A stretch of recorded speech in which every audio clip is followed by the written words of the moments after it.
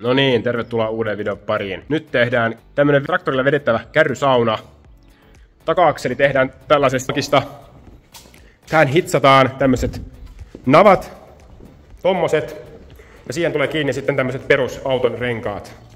Ja sitten runko tehdään näistä RHS-palkeista.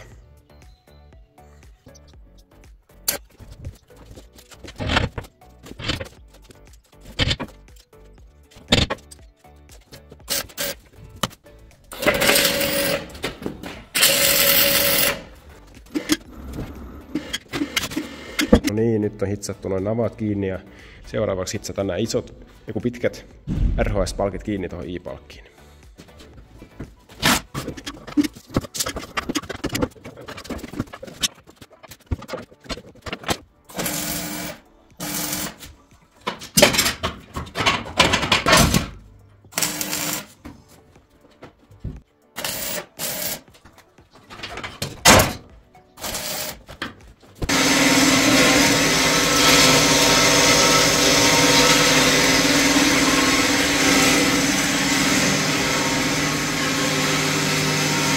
Niin, nyt on heftattu nämä pitkät RHS-palkit kiinni tuohon I-palkkiin. Ja nyt seuraavaksi heftataan nämä pienet RHS-palkit kiinni näihin pitkiin. Et nyt on sahattu 5 tällaista poikkipalkkia, niin seuraavaksi heftataan ne kiinni. Niin sitten katsotaan vähän, että miltä rupeaa näyttämään.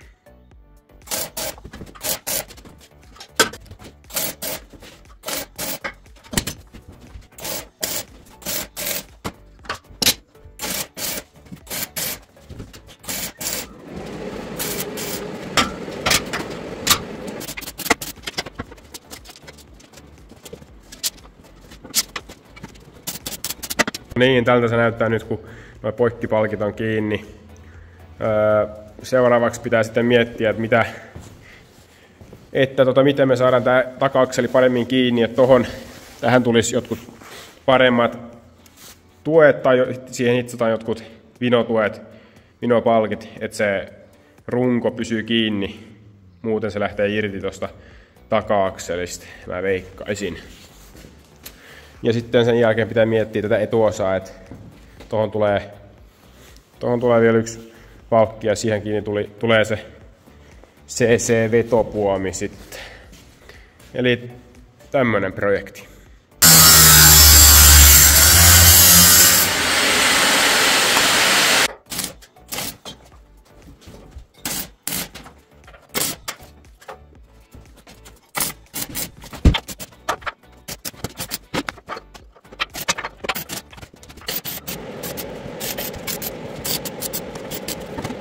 Tähän etuosaan löydettiin nyt tämmönen vähän vanhempi 100x100 RHS-palkki ja vetopuomiksi samanlainen 100x100.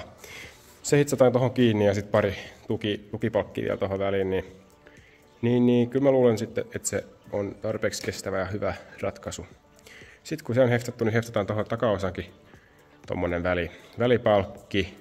Sen jälkeen yritetään kääntää koko tämä paketti, että saadaan alapuolelta hitsattua kunnolla kaikki kiinni. Sitten kun on hitsattu kaikki kiinni, niin sitten pitää miettiä joku silmukko tuohon puomiin ja sitten jotkut tukijalat. Jokaisessa nurkassa pitää olla joku säilyttävä tukijalka. Hyvin yksinkertainen. Riittää kyllä, mutta joku systeemi pitää olla, että se pysyy hyvin tää sauna sitten. Ja koska jos se vaan seisoo niin kuin noilla pyörillä, niin se ei taida olla tarpeeksi tukevaa.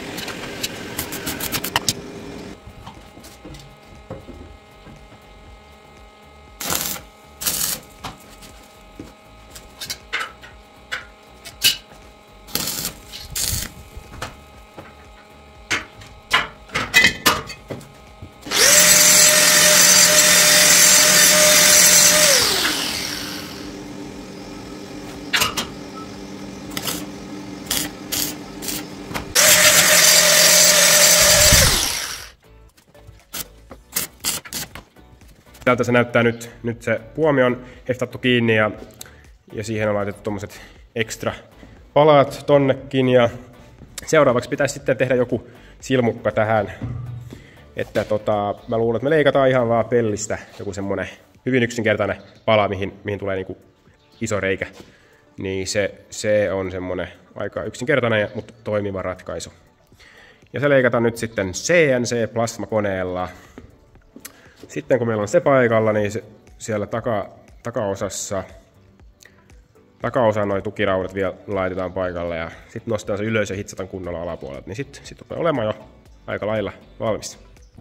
Katsotaan löytyisikö joku valmis kappale tälle.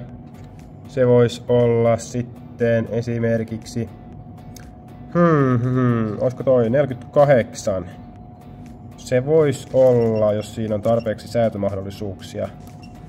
Tässä plasmassa niinku tämmösiä 49 tämmöistä mallikappaletta ja sitten voi niitä niinku perusmitat voidaan sitten säätää.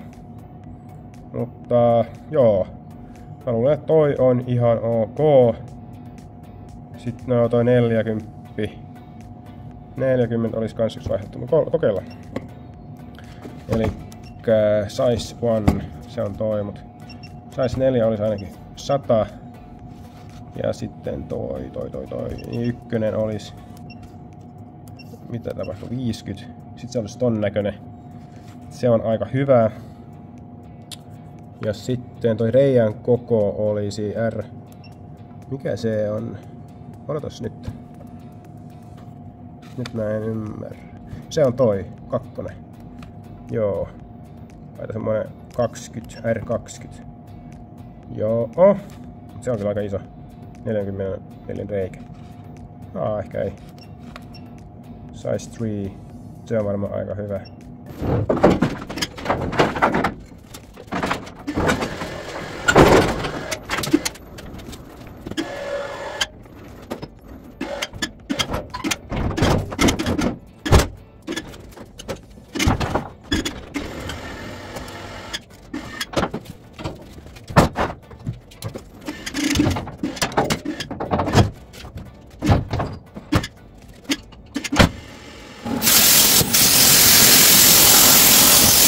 Nyt meillä on tämmönen leikattu. Se tulee niinku tällä tavalla kiinni tohon. Sitten tommonen, se on vähän kuuma vielä, tommonen peitepala tohon. Niin sitten se varmaan on ok.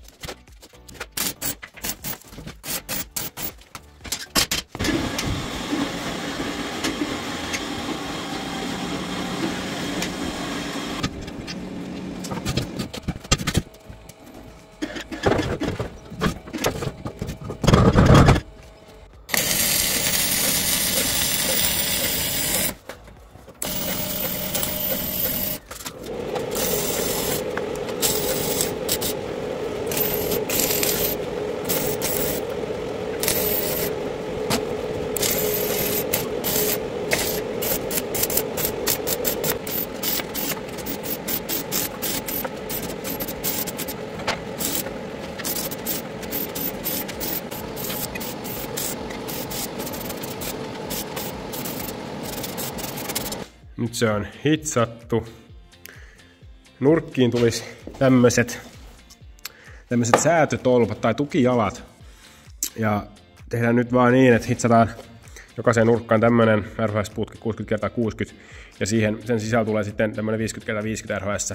Ja tähän portaan reikä, hitsataan siihen mutteri ja sitten tehdään joku vipu. Niin semmonen ratkaisu tällä kertaa. Löytyisi varmaan parempiakin ratkaisuja, mutta tää nyt on tämmönen suht helppo ja halpa ratkaisu.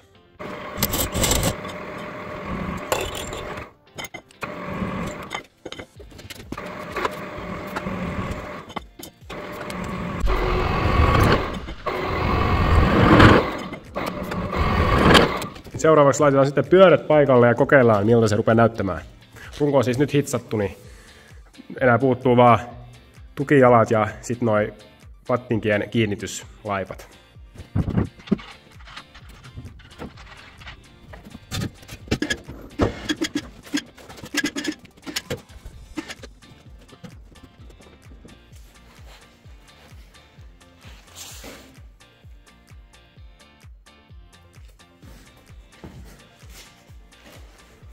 Joo, eli niiden palkkien päällä tulee tämmöiset kiinnityskorvat, millä me kiinnitetään ne saunan pattingit.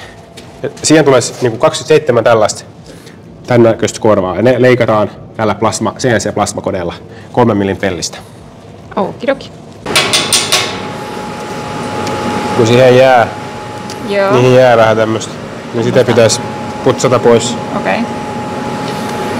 Mutta ensin pitää kokeilla, että meneekö siihen 8 mm pultti.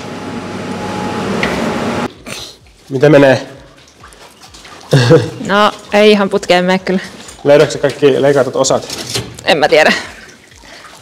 Kyllä sä muutama löytyy. Niin kovin kiinni tähän, että... Vedä. No niin. Mä saan yhden kiinni ja 2 putoaa. Joo. No niin, tässä meillä olisi nämä tukijalat. Tähän tulee tämmönen.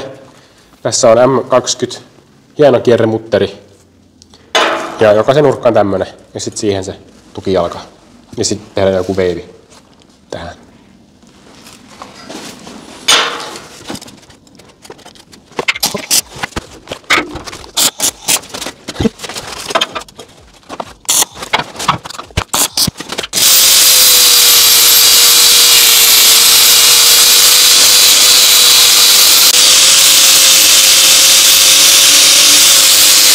Nyt meillä olisi tämmöisiä leikattu. Näitä laitetaan tähän kiinni. Tää on tämmönen niinku tukikulmarauta. Eli tähän tulee sitten tämmöisiä. 5 tämmöistä per palkki. Okei. Ne hitsataan kiinni tuohon nyt.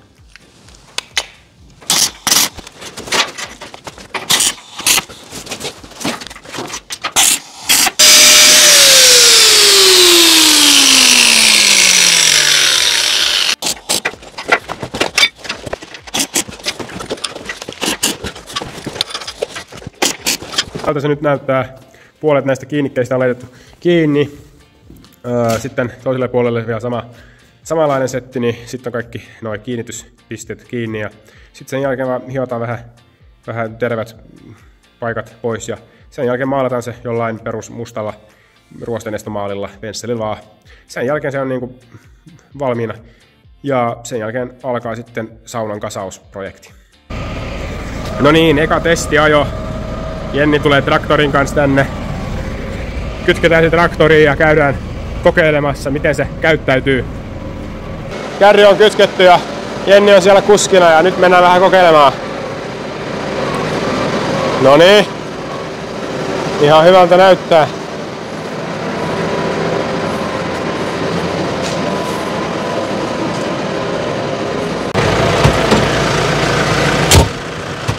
Jaha. Kokeillaan vähän, miten se käytyy.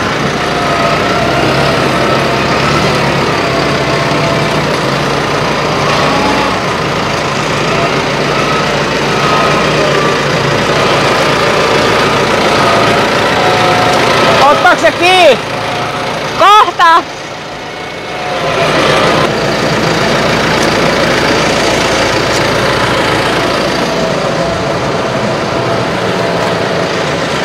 Joo, okei. No, kyllä se on ihan tarpeeksi mun mielestä. Niin se on sitten, miten se kans vaan sit operoidaan tuolla meidän pihassa, niin on toinen tarina. Niin, totta. Joo. Jaksaako traktori vetää sinne mäkeen? Jaksaa.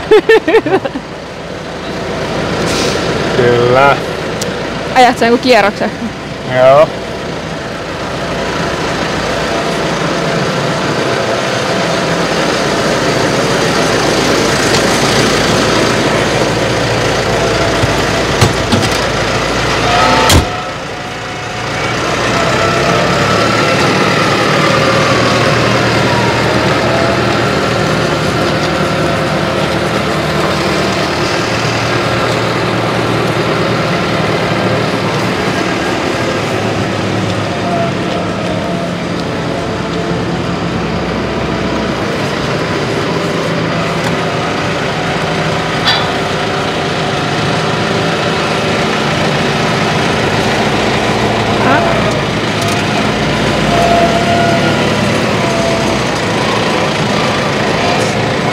Ottaako se kiinni?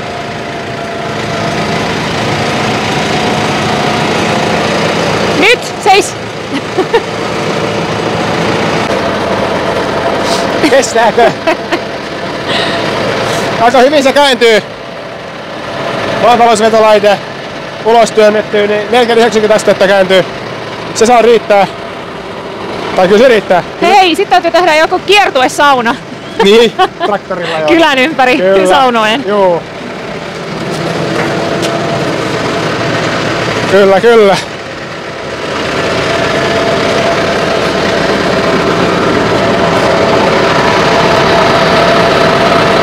Maalaushommia.